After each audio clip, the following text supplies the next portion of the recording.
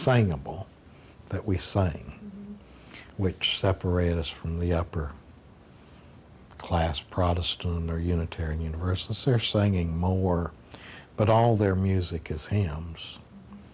The Unitarian Universalists just put out this big hymnal. It's got interesting music in it, but it all sounds the same to me. I mean, I know it's different, 100, and there's different things, and they have a few in their new music, but they all do a hymn style.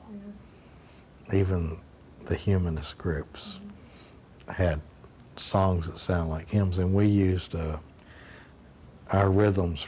We used something created by the Unitarian Universalist Congregation of San Francisco, but it also had one of the few communist ministers, even in the 50s, when nobody speak to him, and when he was in his 80s, I think they gave him an interview. But that San Francisco congregation's been quite, I mean, they had a radical communist as their minister, who was kind of, isolated from the other. He wasn't invited to speak or be on committees. Same way an existentialist isn't. Are there any other existentialists? There's existentialists in the Unitarian Universalist Association. I tried to form a group,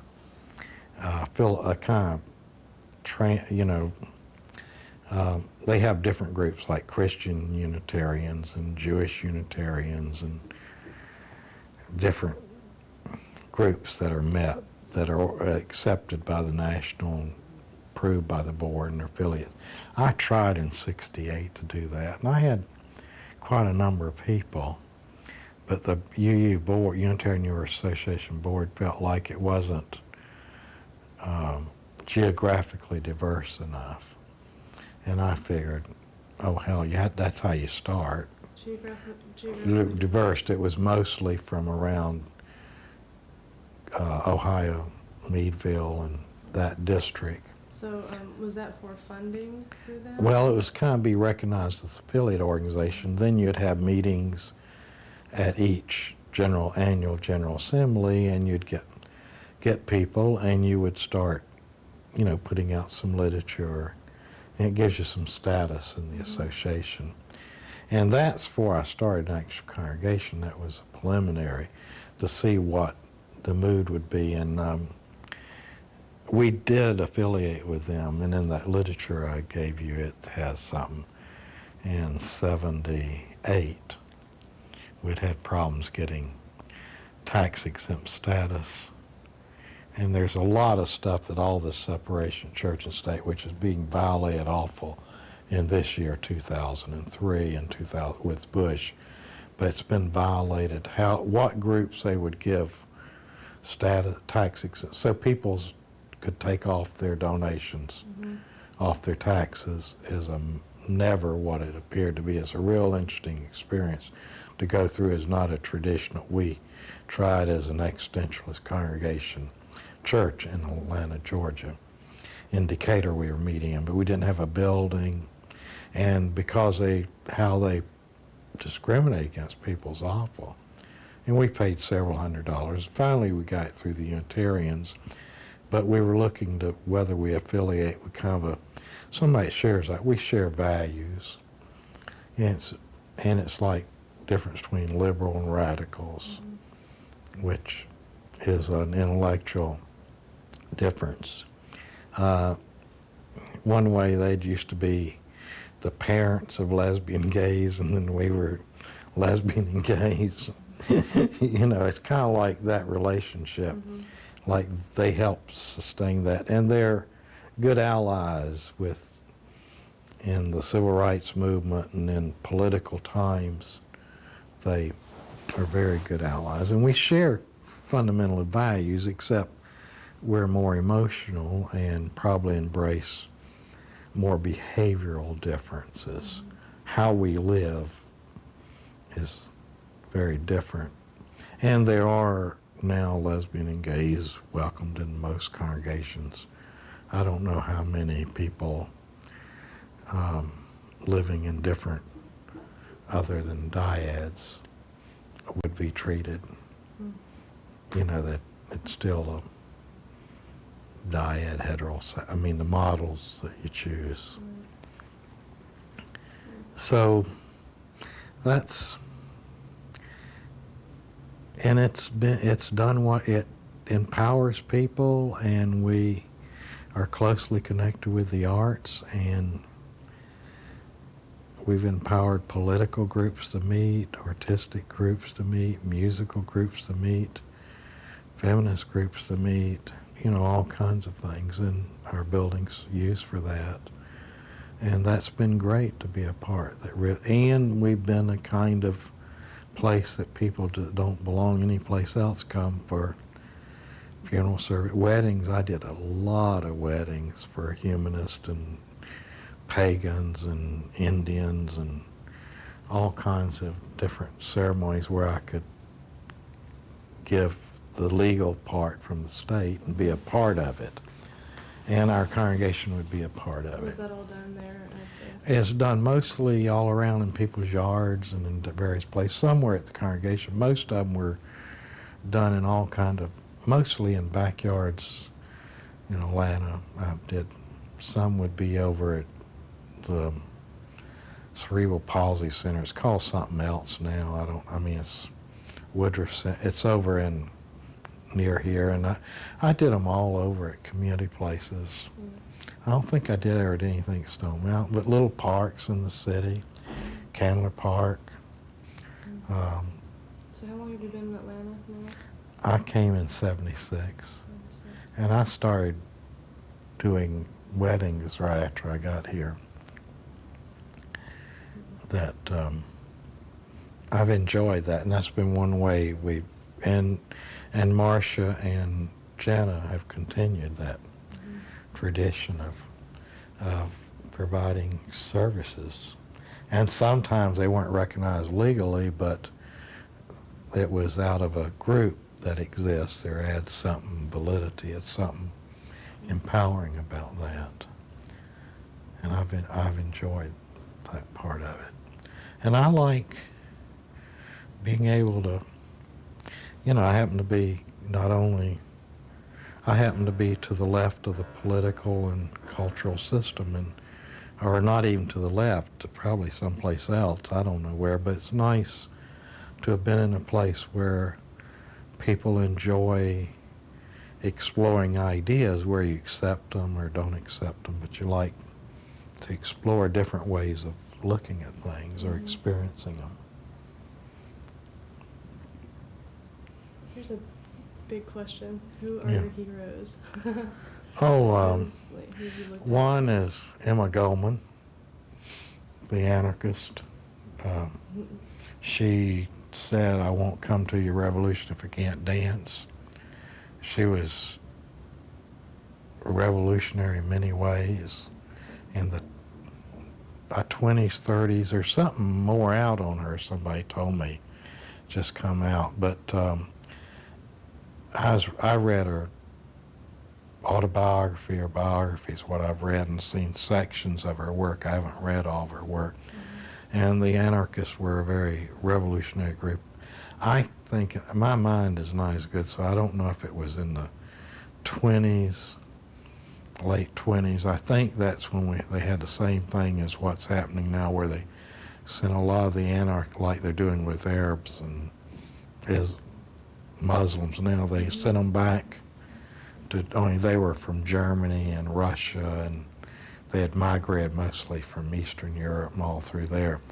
But they sent a lot back. And they may have sent her back. They tried to. She's in jail a lot. The other hero I have is Susan B. Anthony, because she worked all those years and never saw it, what she was working for, women's right to vote, that she had that kind of faith. And intellectually, I like Simone de Beauvoir and Sartre and Nietzsche. These are not ethical heroes, Nietzsche isn't, but how he just tears your brain apart and nothing's ever the same if you look at it and you realize all this stuff is created by human beings. Mm-hmm. And once I realized that, I mean, I think for just the profound, and Sartre, for his existence preceding essence, which he later qualified and all, but I like it because the concept for me that you can create something and then figure out why it is tremendously freeing. Mm-hmm. Now, some people like to figure out what it is and then create it, and but this whole thing, and I feel like applied to yourself rather than figuring out who you are, get out there and be, and eventually it'll occur to you, some themes will emerge who you are. Mm-hmm. I'm a person interested in writing, I like to go to movies, you know, this stuff. I feel that, I like that. Mm-hmm. And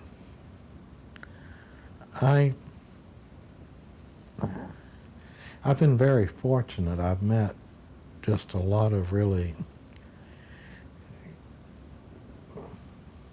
good people that operate kind of behind the scenes. Sonia Nevis is a Gestalt psychologist and psychotherapist and family person, system person. She introduced me to both and has taught me a lot and came here for 20 years and did workshops and helped guide me in regard to the congregation and kind of get me more aware of myself. And Ruth Cohen was a refugee from Germany that came over in the late 30s, and she was a psychoanalyst in Germany, and